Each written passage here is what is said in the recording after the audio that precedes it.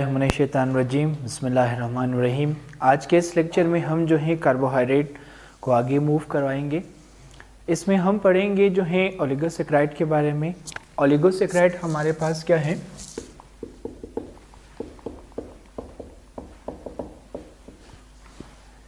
एक ऐसा कार्बोहाइड्रेट जो 2 से लेकर 10 मोनोसैकेराइड से मिलकर बना हो, एक ऐसे कार्बोहाइड्रेट को हम कहते हैं ओलिगोसैकेराइड। एक ऐसा कार्बोहाइड्रेट जो 2 मोनोसैकेराइड से लेकर 10 मोनोसैकेराइड से मिलकर बना हो, एक ऐसे कार्बोहाइड्रेट को हम कहते हैं ओलिगोसैकेराइड। ओलिगोसैकेराइड की जो लोअर मेंबर्स होते हैं वो एक्चुअली स्वीट टेस्ट रखता है और दे आर वाटर सॉल्युबल। लेकिन जैसे जैसे हम इनके हायर मेंबर्स की तरफ जाते हैं जिनमें मोनोसैकेराइड्स की तादाद ज़्यादा है, तो उनकी सॉल्युबिलिटी भी कम होती जाती है और उनकी स्वीटनेस भी कम होता जाता है। आज हम ये देखेंगे कि 2 मोनोसैकेराइड्स आपस में मिलकर कैसे एक ओलिगोसैकेराइड को बनाता है। अब फर्स्ट कर ले, हमारे पास जो है लैक्टोज है। Lactose is a type of oligosaccharide और ये जो लैक्टोज हैं ये 2 मोनोसैकेराइड से मिलकर बना है।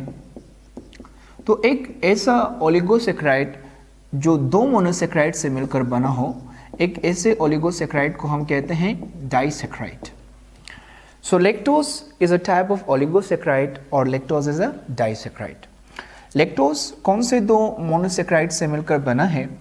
ये ग्लूकोज और गैलेक्टोज की कॉम्बिनेशन से बना है। ग्लूकोज और गैलेक्टोज ये दोनों जो है मोनोसैकेराइड्स है। अगर हम ग्लूकोज की ओपन स्ट्रक्चर ड्रॉ कर ले तो ग्लूकोज की ओपन स्ट्रक्चर हमें कुछ इस तरह नज़र आता है। C1, C2, C3, C4, C5 and C6।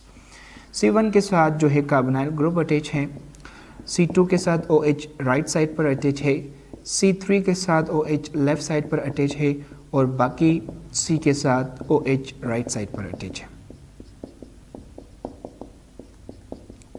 ये है ग्लूकोज का स्ट्रक्चर। इसी तरह अगर हम गैलेक्टोज के स्ट्रक्चर ड्रॉ करें तो वो हमें कुछ इस तरह नज़र आता है। C1, C2, C3, C4, C5 and C6। यहाँ पर कार्बन नंबर 1 के साथ कार्बोनाइल ग्रुप अटैच है, कार्बन 2 के साथ OH राइट साइड पर अटैच है, कार्बन 3 और कार्बन 4 के साथ OH लेफ्ट साइड पर अटैच है और इसी तरह बाकी कार्बन के साथ OH राइट साइड पर अटैच है। ये हमारे पास है गैलेक्टोज का स्ट्रक्चर। तो हम सबसे पहले क्या करेंगे कि ग्लूकोज और गैलेक्टोज की रिंग स्ट्रक्चर बनाएंगे। उसके बाद फिर हम ये देखेंगे कि ग्लूकोज और गैलेक्टोज आपस में मिलकर कैसे एक ओलिगोसैकेराइड या एक डाइसैकेराइड को बनाता है जिसका नाम लैक्टोज है। तो सबसे पहले हम जो है गैलेक्टोज की क्लोज स्ट्रक्चर ड्रॉ करते हैं। आपने ज़हन में रखना है कि गैलेक्टोज में जो है ये जो कार्बन नंबर 1 है ये कार्बन नंबर 6 के साथ क्या करेगा? रिएक्ट करेगा। हम सबसे पहले कार्बन नंबर 5 को देखते हैं। सॉरी, गैलेक्टोज के अंदर कार्बन नंबर 1 कार्बन नंबर 5 के साथ रिएक्ट करता है। तो ये हमारे पास है कार्बन 1, ये कार्बन 2, ये कार्बन 3, ये कार्बन 4, ये कार्बन नंबर 5। तो यहाँ पर आप कार्बन नंबर 5 पर देखें, कार्बन नंबर 5 पर जो है ऑक्सीजन बॉन्ड्स के इलेक्ट्रॉन लेकर बॉन्ड को बीच में से ब्रेक कर देगा। चूँकि ऑक्सीजन ने जो है इलेक्ट्रॉन लिया है इसीलिए इसके ऊपर नेगेटिव चार्ज आएगा। कार्बन से इलेक्ट्रॉन निकल चुके हैं इसके हाथ से, इसीलिए इसके ऊपर जो है पॉजिटिव चार्ज आएगा। इसी तरह आप कार्बन नंबर 1 पर देखें, कार्बन और ऑक्सीजन के बीच डबल बॉन्ड पाया जाता है। ऑक्सीजन क्या करेगा? डबल बॉन्ड के इलेक्ट्रॉन ले लेगा, इसकी वजह से बीच में से डबल बॉन्ड ख़त्म हो जाएगा। इसने इलेक्ट्रॉन ली है, इसके ऊपर नेगेटिव चार्ज आएगा। इलेक्ट्रॉन के हाथ से कार्बन के हाथ से इलेक्ट्रॉन निकल चुका है, इसीलिए कार्बन के ऊपर जो है पॉजिटिव चार्ज आएगा। यहाँ पर पहले डबल बॉन्ड थी, ऑक्सीजन ने डबल बॉन्ड का इलेक्ट्रॉन लिया, इसलिए बीच में से डबल बॉन्ड ब्रेक हो गया। चूँकि ऑक्सीजन ने इलेक्ट्रॉन ली थी इसलिए इसके ऊपर नेगेटिव चार्ज आता है, कार्बन के हाथ से इलेक्ट्रॉन निकल गया है इसलिए इसके ऊपर पॉजिटिव चार्ज आता है। यहाँ पर आप देखें OH नेगेटिव है और कार्बन क्या है? पॉजिटिव है। तो नेगेटिव OH पॉजिटिव कार्बन के साथ जाकर अटैच हो जाएगा इस तरह। इसी तरह आप देखें कार्बन पर पॉजिटिव है और ऑक्सीजन पर नेगेटिव है, तो नेगेटिव ऑक्सीजन पॉजिटिव कार्बन के साथ आकर अटैच होगा। इसके आप क्लोज स्ट्रक्चर ड्रॉ कर लें। ये हमारे पास है ऑक्सीजन ऑक्सीजन के साथ क्या जुड़ा है, कार्बन नंबर 1। कार्बन नंबर 1 के साथ क्या जुड़ा है, OH, वो भी लेफ़्ट साइड पर। तो अगर OH लेफ़्ट साइड पर हो तो उसे हम अबव द रिंग ड्रॉ करेंगे, और इसी तरह जो है इसके साथ H भी अटैच है, ये हमारे पास उसका H। इसी तरह आप देखिए कार्बन नंबर 1 किसके साथ अटैच है, कार्बन नंबर 2 के साथ अटैच है, और कार्बन नंबर 2 के साथ OH राइट साइड पर अटैच है। तो राइट साइड पर अटैच है तो उसे हम बिलो द रिंग ड्रॉ करेंगे, ये कार्बन नंबर 2। इसी तरह आप देखिए कार्बन नंबर 2 किसके साथ अटैच है, कार्बन नंबर 3 के साथ अटैच है, ये कार्बन नंबर 3। कार्बन नंबर 3 का OH लेफ्ट साइड पर है तो इसे हम ड्रॉ करेंगे अबव द रिंग। इसी तरह आप देखिए कार्बन नंबर 3 कार्बन नंबर 4 के साथ अटैच है तो उसे हम ड्रॉ करेंगे, ये कार्बन नंबर 4। कार्बन नंबर 4 के साथ भी OH लेफ्ट साइड पर अटैच है तो यहाँ हम उसे अबव द रिंग ड्रॉ करेंगे।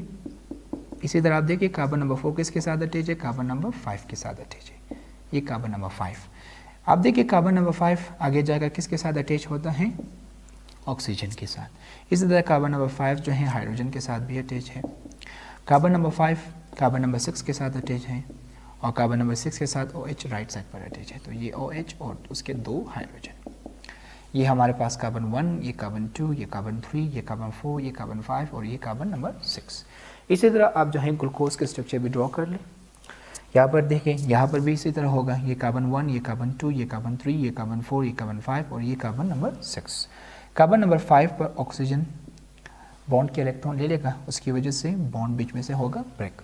ऑक्सीजन ने इलेक्ट्रॉन लिया है तो इसीलिए ऑक्सीजन के ऊपर नेगेटिव चार्ज आता है। कार्बन के हाथ से इलेक्ट्रॉन निकल गया है, इसीलिए इसके ऊपर आएगा पॉजिटिव चार्ज। इसी तरह आप कार्बन नंबर 1 को देखें, यहाँ पर कार्बन और ऑक्सीजन के बीच डबल बॉन्ड पाया जाता है। ऑक्सीजन क्या करेगा, डबल बॉन्ड के इलेक्ट्रॉन ले लेगा, उसकी वजह से बीच में से होगा डबल बॉन्ड ब्रेक। इसने इलेक्ट्रॉन लिया है बॉन्ड का, इसीलिए ऑक्सीजन के ऊपर नेगेटिव चार्ज आएगा। कार्बन के हाथ से बॉन्ड का इलेक्ट्रॉन निकल चुका है, इसीलिए इसके ऊपर पॉजिटिव चार्ज आता है। OH के ऊपर नेगेटिव है, कार्बन के ऊपर पॉजिटिव है, तो नेगेटिव OH पॉजिटिव कार्बन के साथ जाकर क्या होगा, अटैच हो जाएगा इस तरह। यहाँ पर आप देखिए कार्बन के ऊपर पॉजिटिव है, ऑक्सीजन के ऊपर नेगेटिव है, तो नेगेटिव ऑक्सीजन पॉजिटिव कार्बन के साथ जाकर अटैच होगा। आप इसके रिंग स्ट्रक्चर ड्रॉ कर लें। हम सबसे पहले ऑक्सीजन ड्रॉ करते हैं, ये हमारे पास ऑक्सीजन। ऑक्सीजन के साथ क्या अटैच है, कार्बन नंबर 1। कार्बन नंबर 1 के साथ क्या अटैच है, OH, वो भी लेफ्ट साइड पर, तो इसे हम अबव द रिंग ड्रॉ करेंगे। इसी तरह आप देखें कार्बन नंबर 1 के साथ और क्या अटैच है, हाइड्रोजन भी अटैच है, तो ये उसका हाइड्रोजन। कार्बन नंबर 1 और किसके साथ अटैच है, कार्बन नंबर 2। कार्बन नंबर 2 के साथ अटैच है OH राइट साइड पर, तो उसे हम ड्रॉ करेंगे below the ring. Carbon number 2 किसके साथ अटैच है, कार्बन नंबर 3 के साथ, ये कार्बन नंबर 3। कार्बन नंबर 3 के साथ OH लेफ्ट साइड पर अटैच है, तो उसे हम अबव द रिंग ड्रॉ करेंगे। इसी तरह आप देखिए कार्बन नंबर 3 के साथ कार्बन नंबर 4 अटैच है, ये रहा कार्बन नंबर 4। कार्बन नंबर 4 के साथ OH राइट साइड पर अटैच है, तो उसे हम बिलो द रिंग ड्रॉ करेंगे। इसी तरह आप देखिए कार्बन नंबर 4 के साथ क्या अटैच है, कार्बन नंबर 5, ये रहा कार्बन नंबर 5। कार्बन नंबर 5 किसके साथ जाकर अटैच हुआ है, ऑक्सीजन के साथ, ये ऑक्सीजन के साथ और इसके साथ इसके एक हाइड्रोजन भी है। कार्बन नंबर 5 और किसके साथ अटैच है, कार्बन नंबर 6 के साथ, ये कार्बन नंबर 6। और कार्बन नंबर 6 के साथ अटैच है एक OH और 2 हाइड्रोजन। यह है कार्बन नंबर 1, ये कार्बन 2, ये कार्बन 3, ये कार्बन 4, ये कार्बन 5 और ये कार्बन नंबर 6।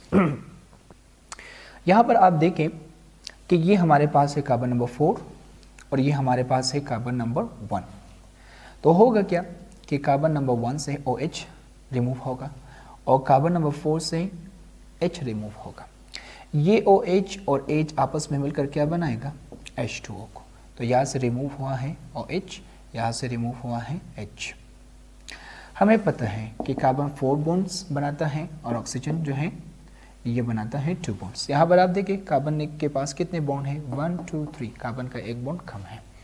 इसी तरह यहाँ पर आप देखिए ऑक्सीजन के कितने बॉन्ड हैं, 1, और इसने बनाना कितना था, 2। तो ऑक्सीजन का एक बॉन्ड है और कार्बन का भी एक बॉन्ड कम है, तो क्या करेगा, एक बॉन्ड को कंप्लीट करने के लिए ये दोनों आपस में बॉन्ड बनाएगा।